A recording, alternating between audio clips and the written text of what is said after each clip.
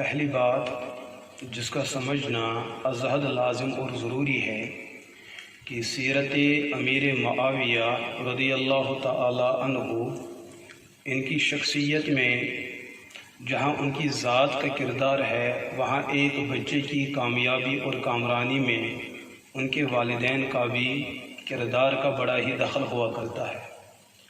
تو امیر معاویہ رضی اللہ تعالی عنہ کی سیرت اور شخصیت کو جاننے اور پہچاننے کے لیے امیر معاویہ رضی اللہ تعالی عنہ کے والدین، ان کی شخصیات اور ان کی حقیقت کو سمجھنا بھی لازم اور ضروری ہے۔ تو جہاں تک تاریخ کی بات ہے، تاریخ کے اندر یہ بات صحت کے ساتھ اور تواتر کے ساتھ یہ بات ثابت ہے کہ حضرت امیر معاویہ رضی اللہ تعالی عنہ قبول اسلام سے پہلے اور ان کے والدین قبول اسلام سے پہلے اسلام اور مسلمانوں کے بہت ہی خطرناک قسم کے دشمن ہوا کرتے تھے۔ یہ صرف اسی خاندان کی بات نہیں ہے بلکہ بنو ہاشم کے اندر بھی ایسے ہزار لوگوں کی تعداد بتائی جاتی ہے کہ جنہوں نے اسلام قبول کرنے سے پہلے اللہ کے رسول علیہ السلام سے عداوت مول لے رکھی تھی اور حضور سے ہر قسم کی دشمنی کر رہے تھے، لیکن جب اللہ نے مختلف خاندانوں کو، چاہے وہ بنو ہاشم ہو یا بنو امیہ ہو یا دیگر اور قسم کے قبائل اور خاندان، جب اللہ نے ان کے دل میں اسلام کو پیدا فرمایا تو انہوں نے ماضی کے تمام جرائم، تمام گناہوں سے، تمام ایسے وہ سب قسم کے گناہ جو وہ کر رکھے تھے، ان تمام گناہوں سے اللہ کے در پہ انہوں نے بڑے ہی عاجزانہ اور بڑے ہی انکسارانہ انداز میں اللہ کے سامنے توبہ رکھی اور اللہ نے ان کے توبے کو قبول کیا ہے۔ یہ قبول توبے کا مسئلہ چاہے بنو ہاشم کا ہو، اللہ نے ان کا بھی قبول کیا ہے، یا بنو امیہ کا ہو، ان کی توبے کو بھی اللہ اور ان کے نبی صلی اللہ علیہ وسلم نے قبول کیا۔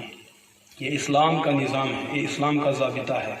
اسلام کا بڑا سے بڑا دشمن جو وہ تہہ دل سے اللہ کے در پہ اور مصطفیٰ صلی اللہ علیہ وسلم کی چوکھٹ پہ آ جاتے ہیں کہ ہمیں توبہ کرنی ہے، تو اللہ بھی ان کے لیے دروازے کھلے چھوڑتے ہیں، اور مصطفیٰ صلی اللہ علیہ وسلم کی چوکھٹ ان کے لیے ہر وقت ان کے لیے کھلی پڑی رہتی ہے کہ آپ آ جاؤ۔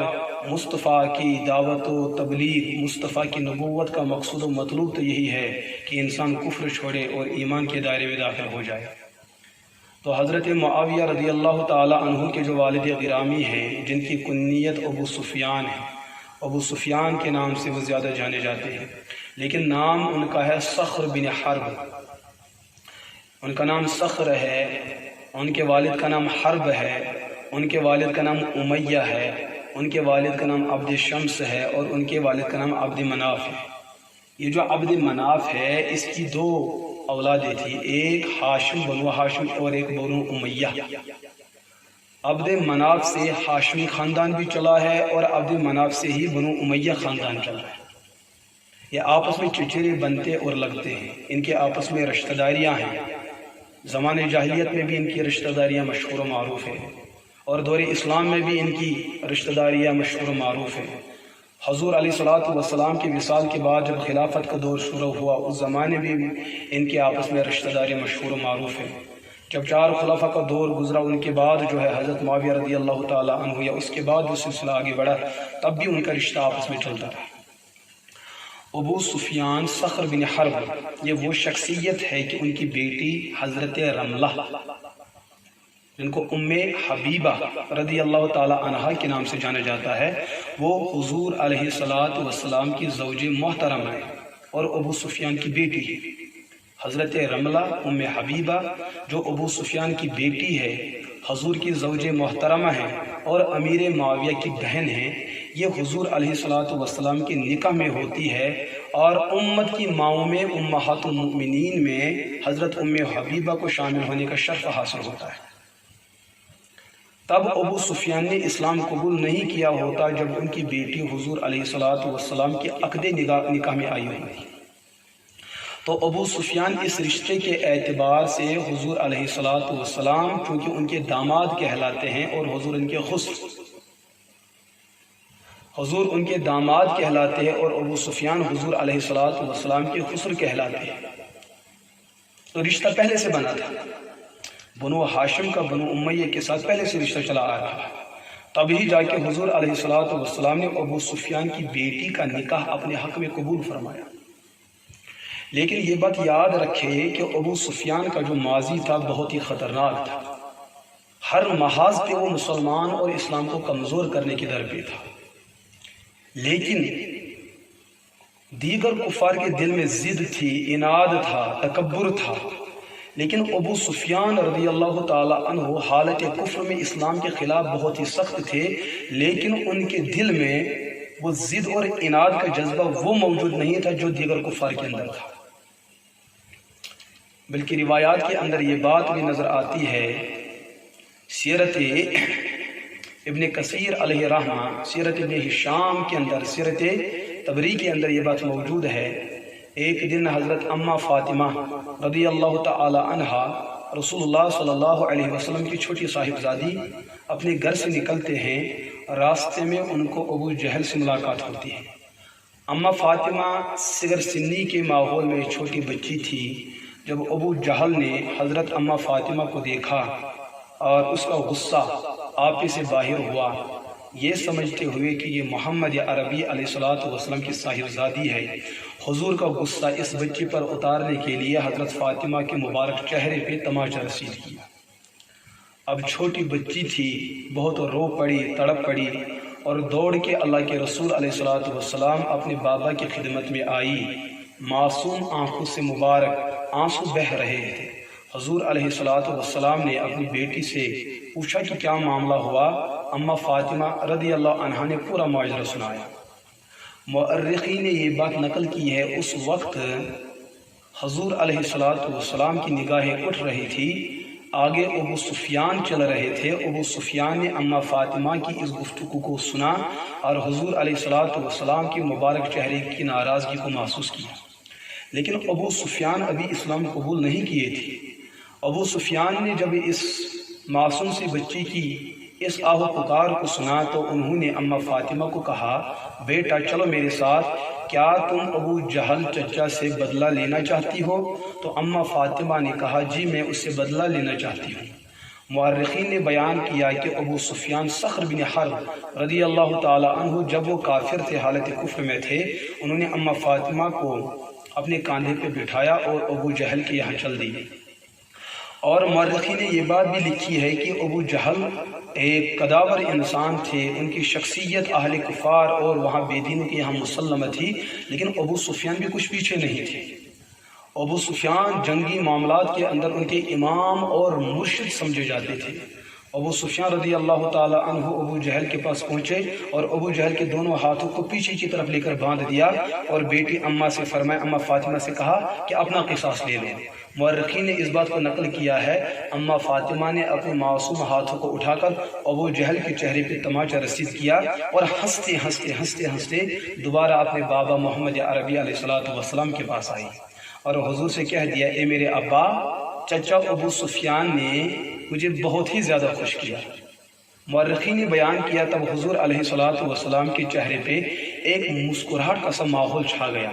حضور نے دعا کی، جیسے ابو سفیان نے آج میرا دل خوش کر دیا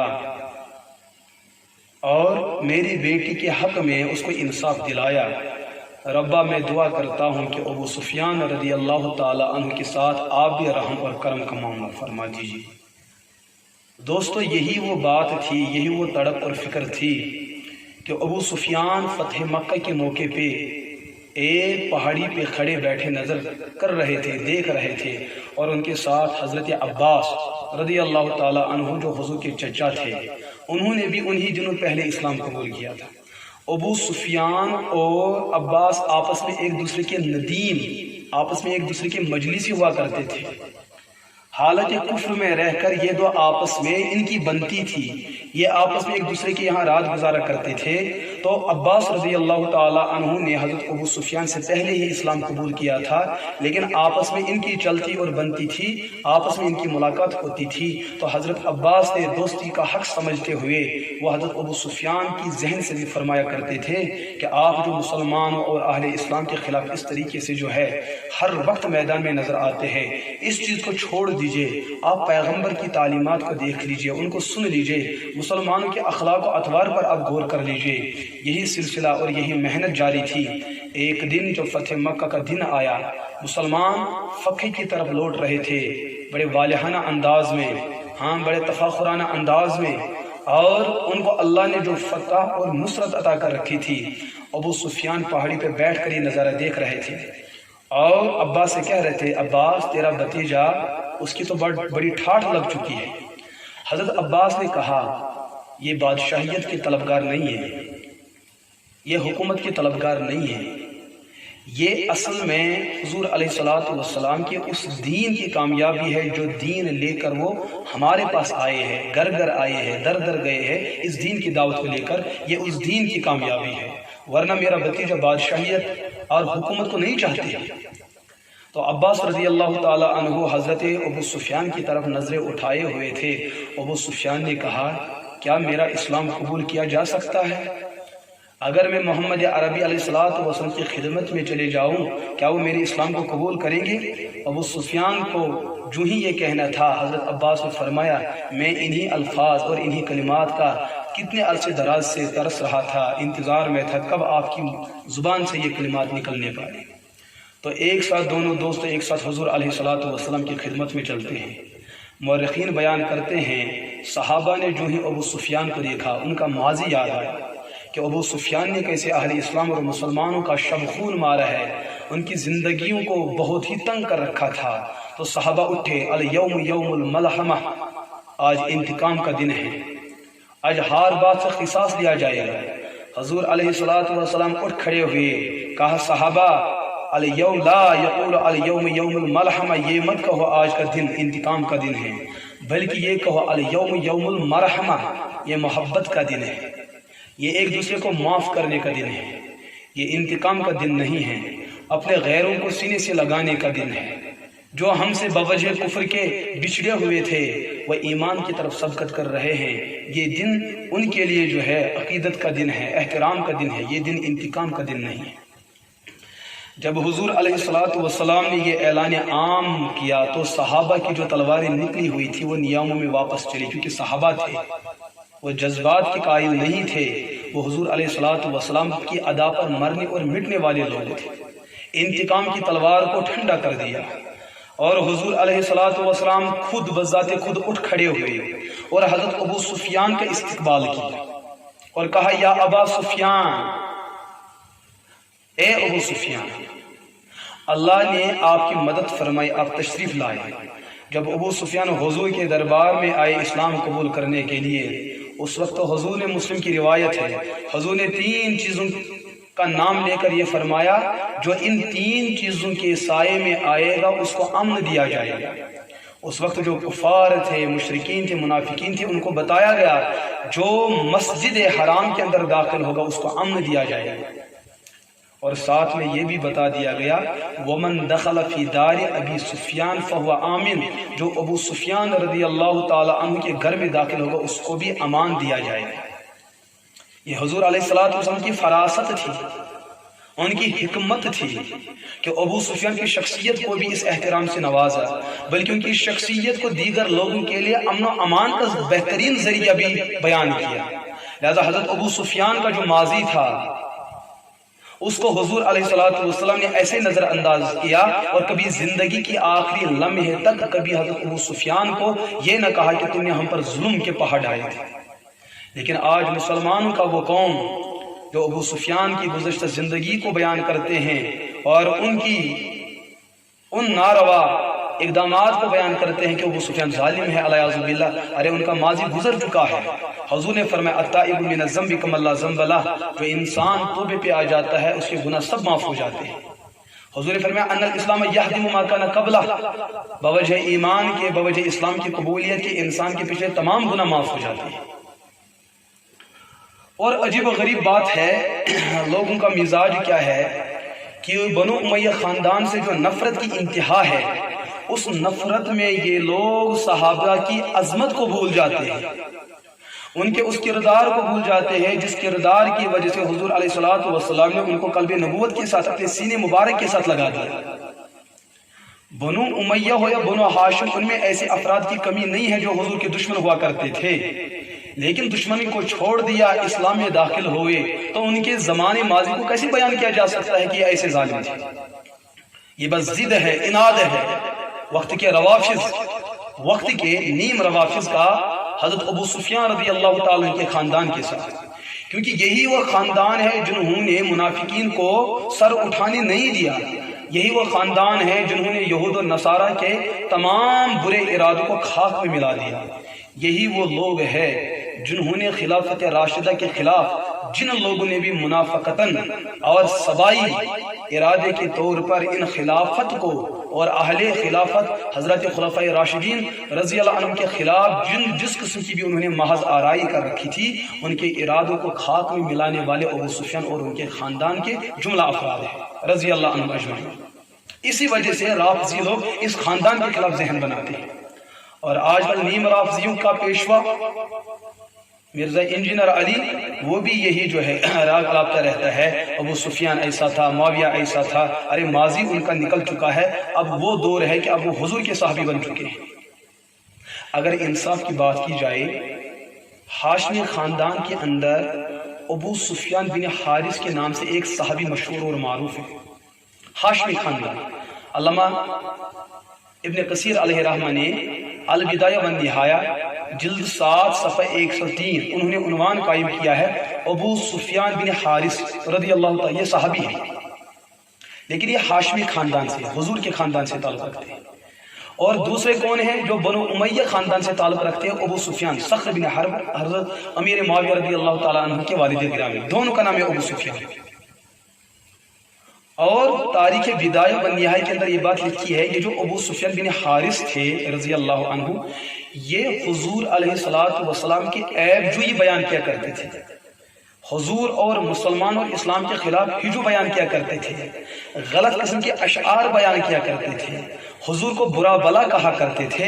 لیکن ایک دن یہ اور دوسرے ایک شخص آتے ہیں حضور علیہ السلام کی خدمت میں اسلام قبول کرنے کے لیے، حضور نے ان دونوں کے اسلام کو قبول نہ کرنے کے ارادے میں ان کو نظر انداز کرنے کی کوشش کی۔ کیوں؟ ان کا ماضی بہت خطرناک تھا، انہوں نے حضور کو اور حضور کے صحابہ کو بہت زیادہ پریشان کر رکھا تھا، لیکن یہ ابو سفیان بن حارث یہ ہاشمی خاندان کے تھے۔ حضور نے بہت زیادہ ناراضگی کا اظہار کیا۔ اس وقت حضور علیہ السلام کے سامنے ان کی ایک زوج محترمہ موجود تھی، شاید حضرت ام حفصہ رضی اللہ تعالی عنہ، انہوں نے حضور کے سامنے ان دونوں کی سفارش کی۔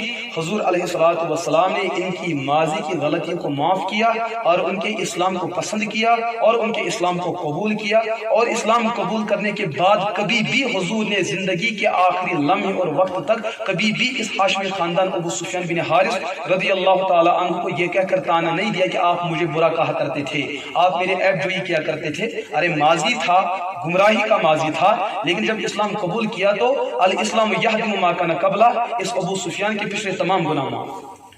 یہ ابو سفیان ہاشمی بزرگ ہیں، اس کے ماضی کو زیر بحث نہ رافضی لاتا ہے نہ نیم رافضی مرزا انجینئر لاتا ہے، لیکن بنو امیہ خاندان کے وہ ابو سفیان بن حرب جو پہلے سے حضور کے رشتہ دار تھے، حضور کی بیٹی ان کے رشتے میں تھی، اور ابو سفیان جب فتح مکہ کے موقع پر اسلام قبول کرنے کے لیے آئے، حضور نے ناراضگی کا اظہار نہیں کیا بلکہ حضور ان کے استقبال میں خود کھڑے ہو گئے۔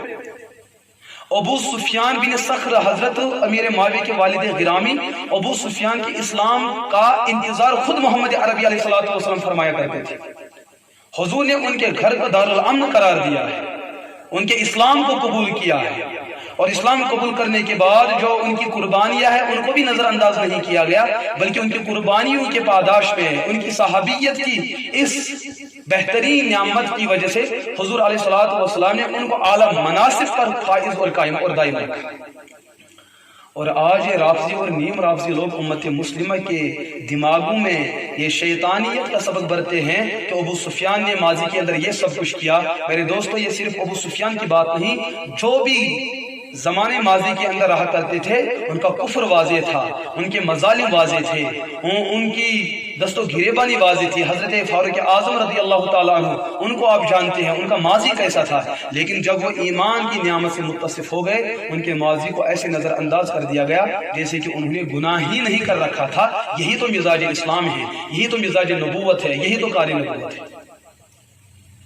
حضرت ابو سفیان رضی اللہ تعالیٰ عنہ کامل درجے کے صحابی ہیں، مومن ہے، مسلمان ہے، مخلص ہے، اہل جنت ہے، اہل ایمان ہے، اہل اسلام ہے، حضور کے رشتہ دار ہے، حضور کے تابعدار ہے، حضور کے وفادار ہے۔ یہ سب کچھ حاصل ہونے کے بعد کیوں امت مسلمہ کے نوجوانوں کو اور ماؤں بہنوں کے ذہنوں کو خراب کیا جاتا ہے؟ ان صحابہ کی ماضی کو سامنے لا کر ان کے ایمان کو مخدوش کیا جاتا ہے، ان کے ایمان کو مجروح کیا جاتا ہے۔ یہ صحابہ حضور کے صحابہ ہے۔ جب ہم نے کہہ دیا صحابی تو صحابیت کے عنوان میں ابو سفیان بھی شامل ہے۔ جس مومن نے حضور کو ایک دفعہ دیکھا بحالت ایمان رہا، بحالت ایمان اس دنیا سے گیا، وہ بھی صحابی ہے، اور جو حضور کے ساتھ 23 سالہ دور نبوت دن رات رہا وہ بھی صحابی ہے۔ ان صحابہ میں آپس میں ایک دوسرے کے مقام اوپر نیچے ہو سکتے ہیں، لیکن ہے تو سب صحابی، سب کا جنت میں جانا یقینی ہے۔ لہذا ابو سفیان رضی اللہ تعالی عنہ وہ شخصیت ہے، ان کے کردار کو مجروح کرنا یہ حضور کی ذات کو مجروح کرنا ہو۔ مجھے یہ بات سمجھ میں نہیں آتی ہے، بنو امیہ نے آگے چل کر ان کے اندر کچھ نااہل قسم کے لوگ آئے ہیں جنہوں نے خاندانی نبوت کے ساتھ بہت ہی ناروا قسم کا ظلم ڈھایا ہے۔ ہم اس چیز کو نظر انداز نہیں کرتے ہیں، لیکن ایک قبیلے کے دو چند افراد کے گناہوں کو پورے قبیلے کے سر تھوپنا یہ کون سا انصاف ہے؟ بنو ہاشم کے دو چند افراد ایسے تھے جنہوں نے حضور کے ہاتھ پر اسلام قبول نہیں کیا۔ ابو جہل تھے، ان کی جہالت، ان کے کفر، ان کی دشمنی کو دیکھ کر ہم بنو ہاشم کے ان مومنین اور مسلمانوں کے کردار کو کیسے نظر انداز کر سکتے ہیں؟ ارے جس نے اسلام قبول کیا اس کو وہ عزت دو، اور جس نے اسلام قبول نہیں کیا اس کو اپنے مقام پہ رکھو، پھر چاہے وہ بنو ہاشم ہو یا بنو امیہ ہو۔ اگر بنو امیہ من جملہ پورے قبیلے کے اعتبار سے غلط ہوا کرتے تو حضور علیہ السلام بنو امیہ کے گھرانوں سے رشتے نہیں لاتے، بنو امیہ گھرانوں میں رشتے نہیں دیتے۔ حضور نے بنو امیہ خاندانوں سے رشتے لیے بھی ہیں اور بنو امیہ خاندان کو رشتے دیے بھی ہیں۔ جو بنو امیہ خاندان کے اندر برے قسم کے لوگ ہیں ان کو برا کہا جا سکتا ہے، لیکن ایک کی برائی کی وجہ سے دیگر لوگوں کو برا کہنا یہ کون سا انصاف ہے؟ مرزا انجینئر جہلمی دن بدن گمراہ ہوتا جا رہا ہے، اس کی گمراہی کو دیکھ کر ان کے والدین کو کیسے گمراہ کہا جا سکتا ہے؟ مرزا انجینئر رافضیت کو فروغ دیتا ہے، اس کی اس ناروا سازش کو دیکھ کر اس کے ماں باپ کو کیسے رافضی کہا جا سکتا ہے؟ مرزا انجینئر قادیانیوں کو مسلمان سمجھتا ہے، اس کے اس کفریہ عقیدے کو دیکھ کر اس کے ماں باپ کو کیسے الزام دیا جا سکتا ہے؟ مرزا انجینئر تمام صحابہ کا گستاخ ہے، آل بیت کا گستاخ ہے، جمیع صحابہ کا گستاخ ہے، اس کی اس گستاخی کو دیکھ کر ان کے والدین کو کیسے گستاخ کہا جا سکتا ہے؟ اگر بیٹا نافرمان اور شرابی ہے باپ کو کیسے شرابی کہا جا سکتا ہے؟ اگر بیٹا چور ہے، لٹیرا ہے، ماں باپ کو کیسے چور اور لٹیرا کہا جا سکتا ہے؟ ارے غلطی اس کی ہے، اس کی غلطی اس تک محدود رکھو، اس غلطی کا الزام اس خاندان اور اس کے خاندان کے جملہ افراد کو نہیں دینا چاہیے۔ یہ کون سا انصاف ہے؟ لہذا بنو امیہ کے اندر دو چند شریر آدمی کیا پیدا ہو گئے، ان کی شرارت اور ان کے مظالم ڈھانے سے پورے خاندان بنو امیہ کو آپ غلط کہیں گے، پھر تو حضرت عثمان رضی اللہ تعالیٰ عنہ بنو امیہ خاندان کے چشم چراغ ہے، کیا ان کو برا بلا کہو گے؟ ہزاروں صحابہ کی گنتی بتائی جا سکتی ہے جو بنو امیہ خاندان سے تعلق رکھتے تھے، کیا ان کو برا بلا کہا جا سکتا ہے؟ سب سے بڑی دلیل یہ ہے کہ حضور نے بنو امیہ کو قبول کیا ہے، ان کے رشتوں کو قبول کیا ہے، ان کے اسلام کو قبول کیا ہے، بھلا ان کو کیسے برا بلا کہا جا سکتا ہے؟ انصاف کی بات کریں، ہر ایک کو اپنے درجے پہ اتارو، جس کا جو مقام ہے اس کو وہ مقام دینا ہی انصاف ہے، اور جو جس مقام پر کھڑا نہیں ہے اس کو وہ مقام دینا ظلم اور جبر ہے۔ لہذا رافضی ہو یا نیم رافضی مرزا انجینئر قسم کے لوگ وہ اس قسم کی جو زیادتی برت لیتے ہیں ان کو اپنے آخرت کے بارے میں کچھ غور کرنا چاہیے۔ ماضی کو پڑھ کر مستقبل کے بارے میں اور مستقبل کی جو ان کی بہترین کارروائی ہے، ان کا اسلام مجروح کرنا، یہ مرزا انجینئر کا مزاج ہو سکتا ہے پر مومن کا مزاج نہیں ہو سکتا ہے۔ میں نوجوانوں سے یہ بات عرض کرنا چاہوں گا، پڑھے لکھے لوگ ہیں، سمجھدار ہیں، سمجھ بھی سکتے ہیں، آپ اپنی زندگی پہ غور کرو غور اپنی زندگی پہ۔ نہ آپ صحابی ہیں، نہ آپ پیغمبر ہیں، نہ آپ فرشتے ہیں۔ جب ہم اپنی زندگی کے ماضی کو یاد کرتے ہیں، پھر زندگی کے دور میں چلتے چلتے ہمیں ایک ایسا دن بھی ملتا ہے جس دن میں ہمیں توبہ نصیب ہوتی ہے۔ توبہ نصیب ہونے سے پہلے آپ کے دن کیسے گزرے تھے وہ آپ جانتے ہو، آپ کا علاقہ جانتا ہے، آپ کے اقربا جانتے ہیں، آپ کے رشتہ دار جانتے ہیں، آپ کے والدین جانتے ہیں، آپ کے اساتذہ جانتے ہیں، آپ کے دوست و احباب جانتے ہیں کہ ہر کوئی آپ کے کردار سے نفرت کرتا تھا۔ آپ کے مظالم، آپ کے گناہ اتنے بڑھ چکے تھے کہ آپ کے نام سے لوگ نفرت کرتے تھے۔ لیکن ایک دن آتا ہے آپ کی زندگی میں جب آپ اللہ کے در پہ آ جاتے ہیں، سچے دل سے توبہ کرتے ہیں کہ ربا جو کچھ ہوا میں اب سچے دل سے توبہ کرتا ہوں۔ اللہ نے آپ کی توبہ کو قبول کیا۔ التائب من الذنب کمن لا ذنب لہ۔ اب آپ کی زندگی مومنانہ زندگی، آپ کی زندگی مخلصانہ زندگی، آپ کی زندگی مسلمانہ زندگی، نماز کی پابندی، ہر خیر کی پابندی، ہر شر سے بچنے کی بھرپور کوشش۔ لیکن اب کوئی آپ کے اسلام سے جلنے والا یہ کہہ کر آپ کو بدنام شروع کر دے کہ یہ تو شرابی تھا، یہ تو چور تھا، یہ تو لٹیرا تھا، یہ تو بے حیا اور بے شرم تھا۔ مجھے یہ بتاؤ اس وقت آپ کے دل پہ کیا بیتے گی؟ آپ کا دل پھٹنے کو آ جائے گا تو میں نے تو سچے دل سے توبہ کر رکھی تھی، ان ظالموں نے میرے اس توبے کو مجروح کرنا شروع کر دیا ہے۔ جب تجھے حق بنتا ہے ناراض ہونے کی، یہ صحابہ ابو سفیان ہو، حضرت معاویہ ہو، یا دیگر صحابہ چاہے بنو ہاشم کے ہو، بنو امیہ رضی اللہ عنہم اجمعین، رافضوں نے ان کے اسلام قبول کرنے کی نعمت سے اتنے جل اٹھے، حسد میں اتنے گر پڑے کہ ان صحابہ کے ماضی کو بیان کرنا شروع کر دیا کہ یہ ایسا کرتے تھے ویسا کرتے تھے۔ ارے ظالموں کیوں جل جاتے ہو ان خدمات کو دیکھ کر؟ ان کا ماضی ایسا تھا، لیکن حضور نے ان کے ماضی کو بھی جانا، ان کے اسلام کو بھی جانا اور مستقبل کے بارے میں ان کے حق میں جنت کا فیصلہ سنایا۔ آپ کی کیوں جلن ہو رہی ہے؟ اصل میں یہ لوگ صحابہ کے دشمن بڑے نہیں، یہ دشمن ہے حضور علیہ الصلوۃ والسلام کی۔ یہ صحابہ کے بعد میں دشمن ہیں، یہ ابو سفیان و معاویہ رضی اللہ عنہ کے بعد میں دشمن ہیں۔ پہلے حضور کی نبوت کے دشمن ہیں، حضور کے کردار کے دشمن ہیں، حضور کے مشن کے دشمن ہیں، ان کے مزاج کے دشمن ہیں۔ کیوں؟ حضور نے ان جیسے لوگوں کے اسلام کو قبول کیا اور پسند کیا، اور یہ لوگ ان کے اسلام قبول کرنے سے جل اٹھے اور حسد کے شکار ہو رہے ہیں۔ حقیقت میں یہ حضور کے دشمن ہیں، حقیقت میں یہ صحابہ کے بعد میں دشمن ہیں۔ ارے ما آتاکم الرسول فخذوہ وما نہاکم عنہ فانتہوا، جس کے اسلام کو حضور نے پسند کیا، نوجوانوں تم بھی ان کو عزت دینا شروع کر دو۔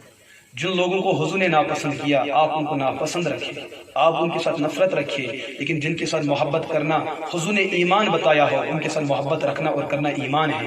لہذا ہمیں حضرت امیر معاویہ رضی اللہ تعالی عنہ اور ان کے والد گرامی سے متعلق کبھی بھی غلطی سے بھی زبان پر ایسا کوئی لفظ لانا جو ایمان کا مخالف لفظ ہو، ایمان کے خلاف کارروائی ہو سکتی ہو، تو ان جیسے الزامات سے اپنے آپ کو ہر وقت بچانا یہ آپ کی اور میری ذمہ داری ہے۔ اللہ ہمیں اس مسئلے کو سمجھنے کی توفیق عطا فرمائے۔